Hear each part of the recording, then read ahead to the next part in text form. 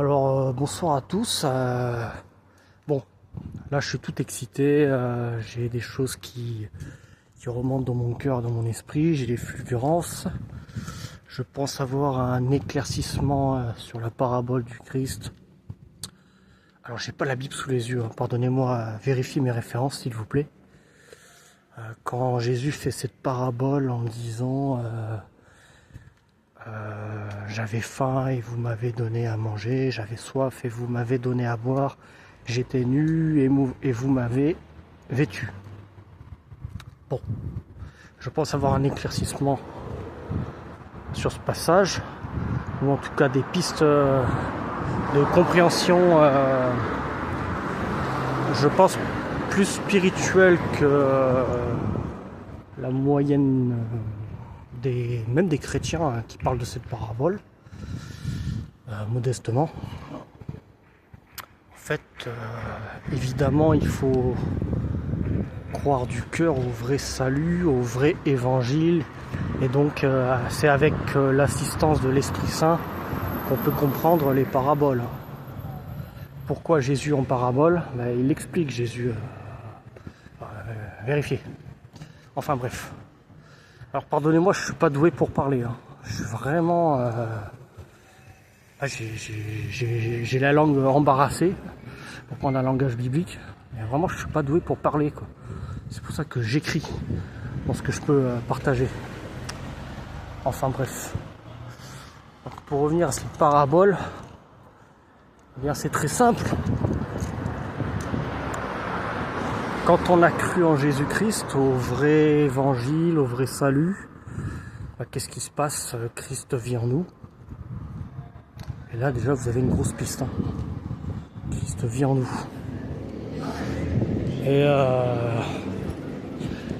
la Bible dit de nous que nous sommes des parfaits. Nous sommes parfaits en esprit. L'Esprit de Dieu qui est en nous fait toujours la volonté de Dieu. Et donc Christ vit en nous. Et nous avons l'homme nouveau, créé selon Dieu, qui est parfait. Et qui est parfait. Donc, notre homme nouveau ne pêche pas. D'accord? Et donc, ça explique la parabole. J'avais faim et vous m'avez donné à manger. Nous avons mangé de la parole de Dieu. Jésus a dit que ma nourriture est de faire la volonté de celui qui m'a envoyé. Et quand quelqu'un demandait à Jésus que pouvons-nous faire pour faire les œuvres de Dieu, Jésus a répondu, l'œuvre de Dieu c'est que vous croyez en celui qui m'a envoyé. D'accord? Et encore une fois, Jésus a dit que ma nourriture c'est de faire la volonté de celui qui m'a envoyé. Et donc en faisant la volonté de Dieu, en croyant en Jésus-Christ pour recevoir le pardon de nos péchés, on nourrit Christ en nous. Et bien sûr, ceux qui sont sauvés, ils se sont abreuvés de l'eau qui jaillit jusque dans la vie éternelle. Donc on lui donne à boire aussi. Et la Bible parle de revêtir l'homme nouveau. Et donc nous revêtons aussi Christ. J'étais nu et vous m'avez vêtu. Est-ce qu'il y a quelque chose qui commence à se dessiner dans votre esprit? Alors certes, dans la parabole en question, il est aussi dit que si vous avez fait cela à l'un des plus petits de mes frères, c'est à moi que vous l'avez fait. Certes. L'amour et l'accomplissement de la loi, Christ a accompli la loi et Christ vit en nous. Et donc ça aussi, c'est accompli en nous, quoi. Nous aimons nos frères, spirituellement. Même si des fois on ne le ressent pas forcément, mais spirituellement c'est le cas. Nous aimons nos frères. Donc nous le faisons ça. Si vous l'avez fait à l'un de ces plus petits de mes frères, c'est à moi que vous l'avez fait. j'étais nul mais vous m'avez vêtu, j'avais faim et vous m'avez donné à boire, j'avais soif et vous m'avez donné à boire, etc. Alors là, tout ça c'est accompli en nous. Et on le fait à l'un des plus petits des frères de Jésus. Parce que nous aimons nos frères en Christ. Si nous sommes sauvés, l'Esprit Saint est en nous. Et il ne pêche pas. Même si nous n'œuvrons pas forcément, le Saint-Esprit qui est en nous nous rend parfaits spirituellement. Vous voyez ?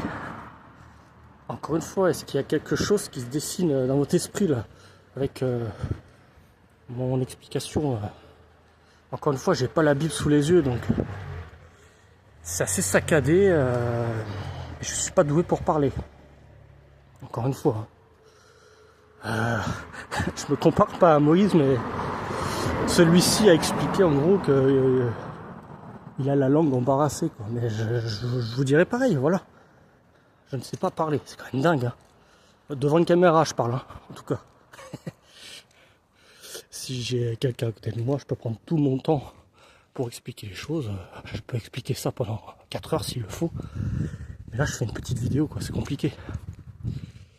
Donc, voilà. J'espère qu'il y a quelque chose qui s'est dessiné dans votre esprit et qu'il y a eu un éclairage par rapport à cette parabole, quoi. Nous ne pêchons. En fait, un chrétien ne pêche pas. Alors, c'est écrit hein, dans la première épître de Jean, il me semble. Mais il a le péché en lui.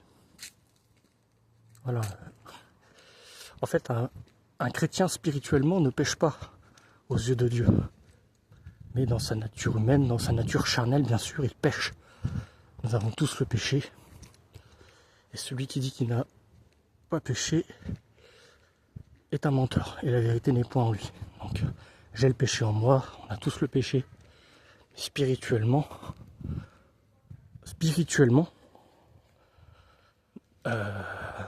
l'esprit qui est en nous ne pêche pas. Il fait toujours la volonté de Dieu. Voilà, donc c'était très décousu. Encore une fois, je suis vraiment pas un bon orateur, hein, pardonnez-moi. Mais j'espère que je me suis fait comprendre. Salut.